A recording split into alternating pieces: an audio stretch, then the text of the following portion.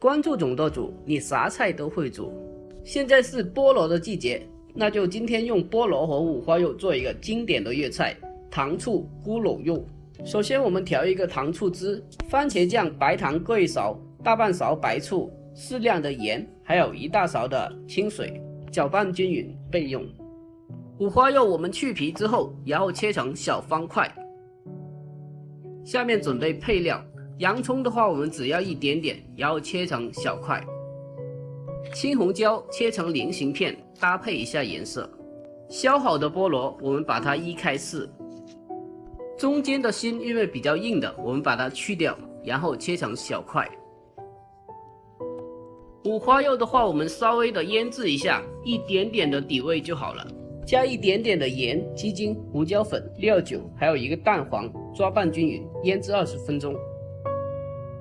最后一步我们开始上粉，用力的挤成球状，因为要做到外酥里嫩，不捏紧的话它炸出来的时候没有那么脆的。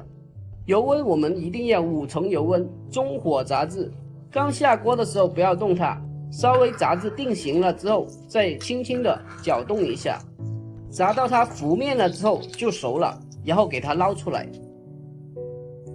油温升高至6成，复炸20秒，然后捞出控干油分。下面我们起锅烧水，然后加一点盐，依次的放入菠萝、青红椒片，焯水1分钟，然后捞出。起锅烧油，下入洋葱，再下入糖醋汁，大火煮开之后，我们开始勾芡。这时候我们开始调小火，把五花肉、菠萝等所有主配料放入锅中，然后快速的翻炒，把所有的食材都包裹住那个糖醋汁，最后来上一点明油，这样的话菜品的一个色泽度更加的明亮。最后一步一定要小火，大火的话很容易把那个汁渗透到那个咕噜肉里面，这样的话它的口感就不脆了。